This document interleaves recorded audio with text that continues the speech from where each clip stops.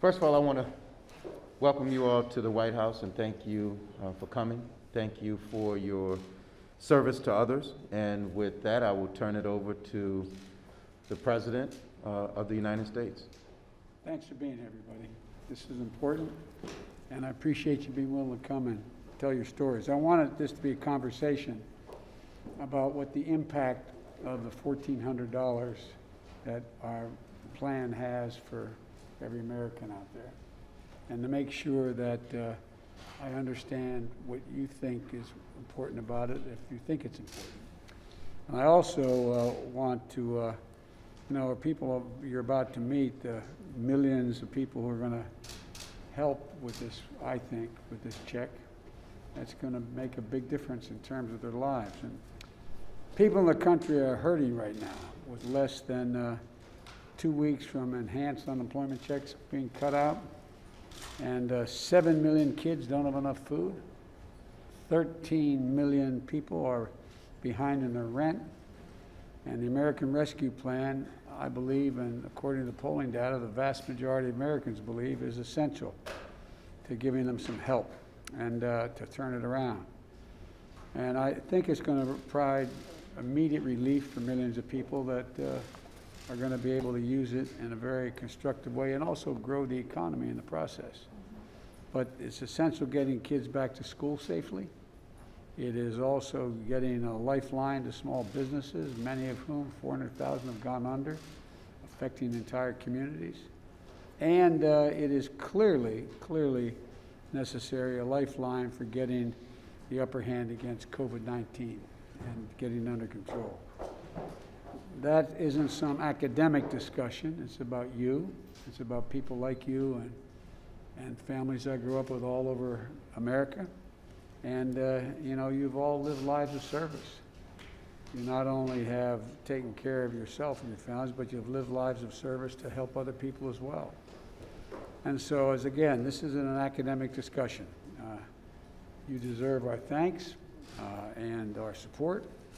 And I'm going to hand it back to Cedric so we can hear from you all while the press is still in here. Well, thank you, Mr. President. Today we're joined by 3 outstanding Americans that exemplify what America stands for, and especially your values, which is service to others. And first we have Ms. Alma Williams. Ms. Williams is a paratransit driver. She transports disabled Americans every day. She has 4 wonderful children, and her youngest is in the process of applying to college. The other 2 are in college, and 1 is on her way. So Ms. Williams is close to being an empty nester.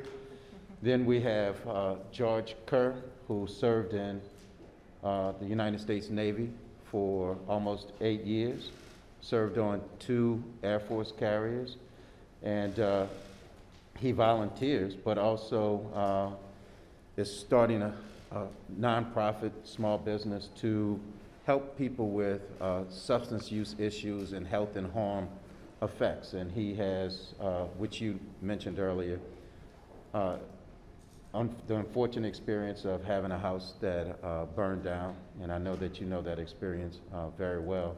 And he's just a remarkable individual. And then we have Ms. Lita Venegas, who volunteers at a DC Community Health Center and spends her time counseling and helping Americans get through this very rough time. And she has seen the effects firsthand of the challenges and the pain and the suffering that American citizens are going through, which is particularly important that you say through no fault of their own.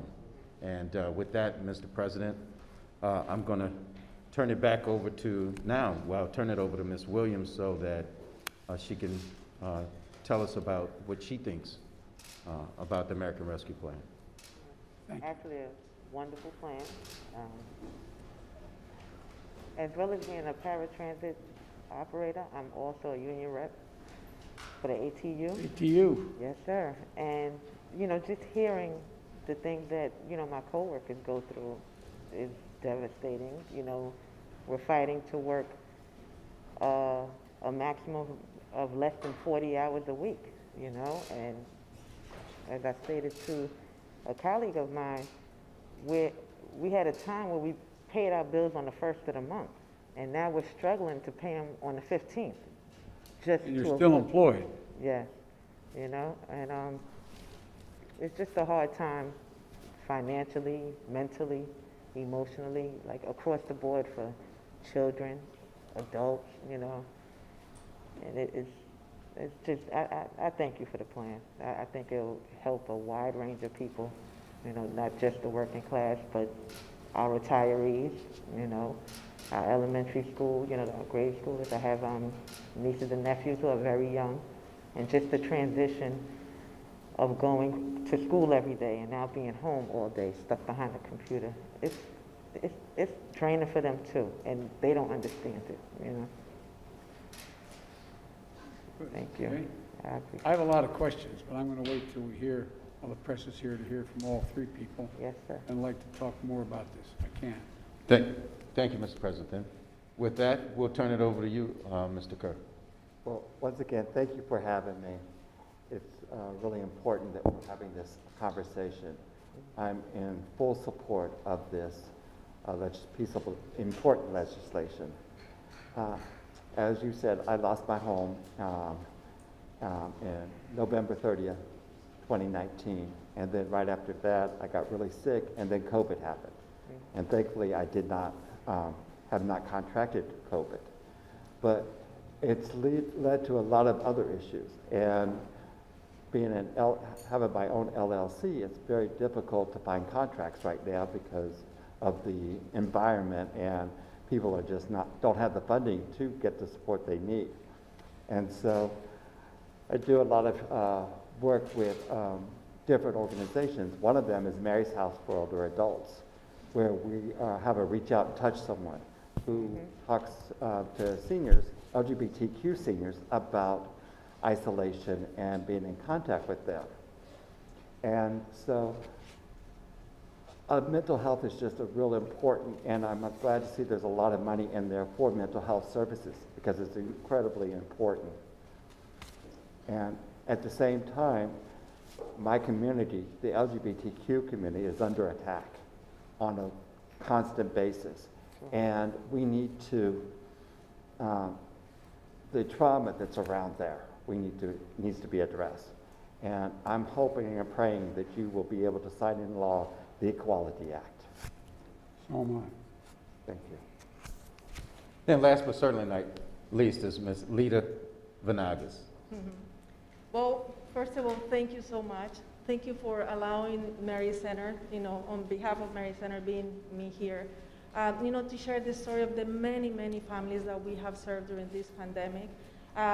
You know, for those of you who don't know Mary Center, we're a community health center. We are a federally qualified health center, and we serve over 60,000 families in the DC region. So we have been in service for 33 years. I've been with Mary Center for 19 years. And I guess we've seen it all, especially during this pandemic.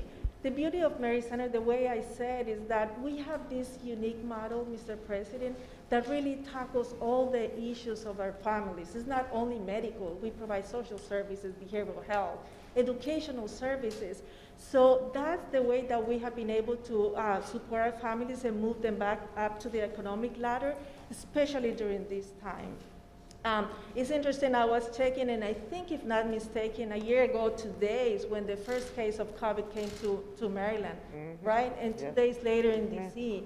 Since day one, Mary Center has been on the front lines in the response and recovery process. So far, we have done more than 20,000 COVID tests. A lot of them, unfortunately, have been positive. We serve about, from our 60,000 participants, we serve around 70% of them are Latino. And, you know, minorities have been very impacted. Yeah. And so we received the vaccine back in December. We have vaccinated around 1,200 individuals. But if you put it in perspective, serving 60,000 participants, and let's say 50% are adults over 18 that can get the vaccine. So we still have like almost 30,000 people that still need the vaccine. But we know, Mr. President, that that will multiply in the few weeks because we're trustful that, you know, you will deliver on the promise of vaccinating 100 million people soon, right? And so, you know, if you ask me what our families have gone through, they have gone through everything, you know, just by hearing Alma's and George's stories, it just breaks my heart because it's the same situation. They're losing jobs. That's the main thing, you know that. And with that, they have unstable housing, food insecurity. They're traveling long distances to go and visit the site, the food distribution site. And that's every day. Then they do long lines. And next day, they have to do the same. And so it's been hard, and because they haven't been able to pay rent, now they're moving with other people to live together. And so they're sleeping on couches, on the floor. They're always at risk of being infected. And because they have lost jobs, a few of them have kept the jobs, but few hours, but they still need to go outside. So when they go, they're at risk of being infected, and then they come back, and they have the family, right? So, you know, it's this circle of situations that have been impacting all of our families. So, you know, with that comes mental health, trauma, anxiety, and our children don't have laptops. We have been able to distribute about 1,000 laptops or more. But, you know, if they have one laptop, but they have 3 children, how can they all be in school on the same day? So they have to choose. Or they don't have internet connection. So there's a lot around that, and we've been trying to support as much as possible. Well, thank you for all of you for what you do. I carry a schedule card with me every day.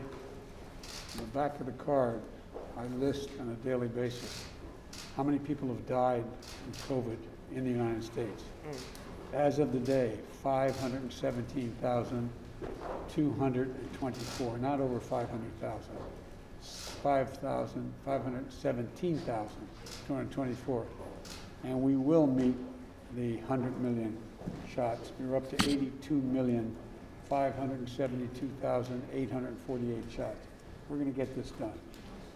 So I'm going to ask some questions now. The press is going to leave, and I'm going to get more personal with you if I can. Ask the questions. It's okay.